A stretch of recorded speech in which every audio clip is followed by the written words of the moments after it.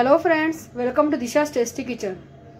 आज आपण बनवणार आहोत चीजी कटलेट पॉप्स। तर त्याची आता आपण रेसिपी बघून घेऊया।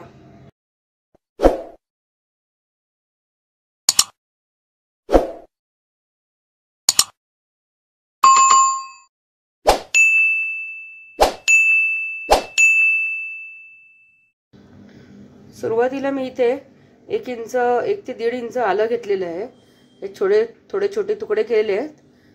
7-8 लसूण पाकळ्या आणि 3 मी हिरव्या मिरच्या घेतलेल्या आहेत। तुम्ही तिखट तुमच्या आवडीप्रमाणे कमी जास्त करू शकता। आता हे मी पाणी न वापरता मिक्सर मधनं वाटून घेणार आहे, ह्याची पेस्ट करून घेणार आहे। मी वाटण आता मिक्सर मधनं फिरवून घेतलंय। त्याचबरोबर मी इथे तेल तापत ठेवलेलं आहे। जवळपास अर्ध्या वाटीपेक्षा थोडंसं कमी तेल घेतलेलं आहे। तेल तापायला सुरुवात झाल्यावर आपण ह्यात मोहरी घालणार आहोत, 1 मोठा चमचा। पूर्ण तेल तापल्याआधी कधी घालायचं नाही, कारण तोपर्यंत मोहरी पटकन मग करपायला सुरुवात होते।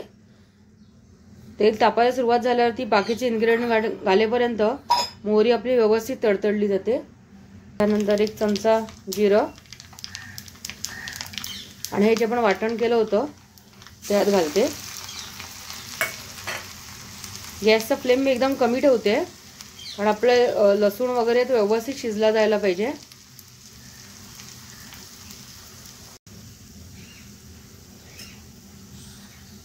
आपलं वाटण व्यवस्थित फ्राय झालेलं आहे। तर मी यात 1 छोटा चमचा हळद घालते।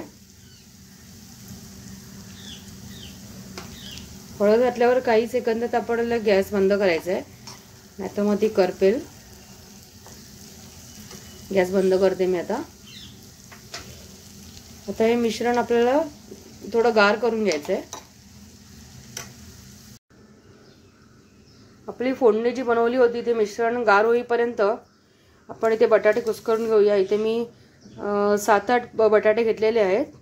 थोडे मीडियम आणि थोडे काही लहान होते बटाटे, त्यामुळे 7 ते 8 मी बटाटे घेतलेले आहेत। ते उकडून आता मी कुस्करून घेते। कुस्करताना आपल्याला स्मॅशर वापरायचा नाही, अगदी पेस्ट अशी पातळ करायची नाही आहे, पण आपल्याला गुठळ्या पण नको आहे त्याच्यात, त्यामुळे मी हातानेच ते कुस्करून घेते सगळे बटाटे।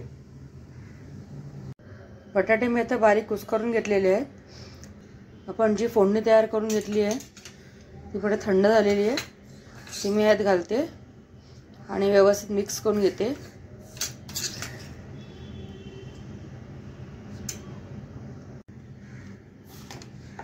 त्यात चवीनुसार मीठही घालते।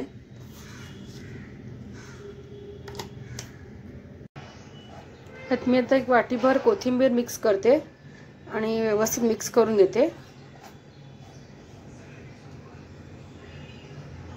वरच्या आवरणासाठी मी ते बेसन घेतलेलं आहे।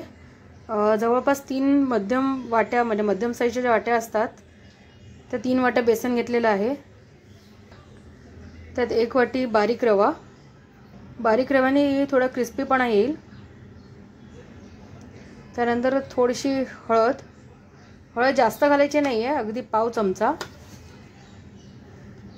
चवीनुसार मीठ आणि ते 1 चमचा मी ओवा घेतलेला आहे। हातावर थोडासा तो कुस्करून घ्यायचा, त्याने त्यातला स्वाद आणखीन वाढतो। आता आपण व्यवस्थित मिक्स करून घेऊया आणि मग नंतर पाणी घालायचं आहे। आधी व्यवस्थित पीठ मिक्स व्हायला पाहिजे। त्यात मी थोडं थोडं करून पाणी घालते।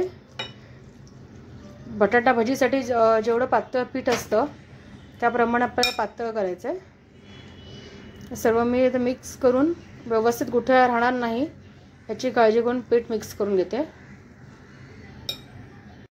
आता आपलं मिश्रण व्यवस्थित रेडी आहे।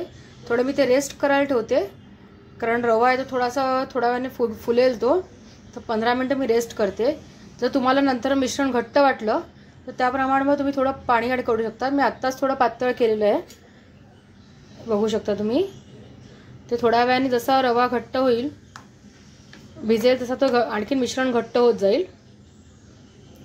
तर ते मी 15 मिनिट रेस्ट करायला ठेवते। ते ब्रेडचे मी 4ही बॉर्डर काढून घेतलेले आहेत। आपलं सारण रेडी आहे। साईडला मी तेलही तापत ठेवलेलं आहे आणि वरच्या आवरणाचं जे मिश्रण आहे तेही परफेक्ट हे बघा तुम्ही बघू शकता. मगाशी थोडं पातळ होतं, आता थोडं घट्ट झालंय, व्यवस्थित झालेलं आहे.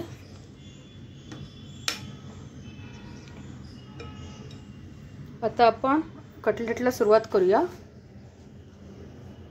सुरुवातीला इथे बेसला मी 2 ब्रेड घेतलेले आहेत आणि आपलं बटाट्याचं जे सारण आहे ते आपण ह्याच्या आधी व्यवस्थित स्प्रेड करून घेऊया. आपल्याला जास्त जाड लेअर ठेवायची नाही आहे. मी दोन्हीकडे लावून घेते. आता सारण लावून झाल्यावर मी चीज स्लाइस ठेवते.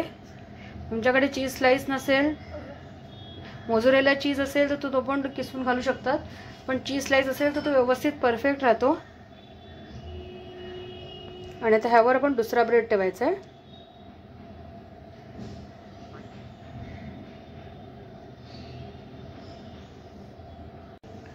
तर मी 4 पीसमध्ये कट करून घेतलेले आहेत. तुम्हाला ट्रायंगलमध्ये कापायचं तरीही चालेल, तुम्हाला जसं आवडत तसं. आता हे मी आपल्या सारणामध्ये डीप फ्राय करते. आपल्या सारणामध्ये पूर्ण घोळवून घेते चारी साईडनी आणि तेलही छान तापलं आहे, त्यात हे एक एक करून सोडते.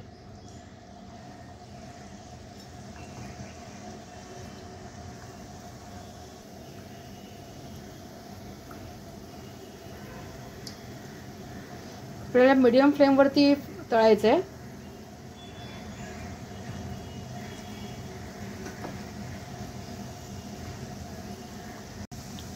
आता हे पण चारी साईडने व्यवस्थित तळून घेऊया.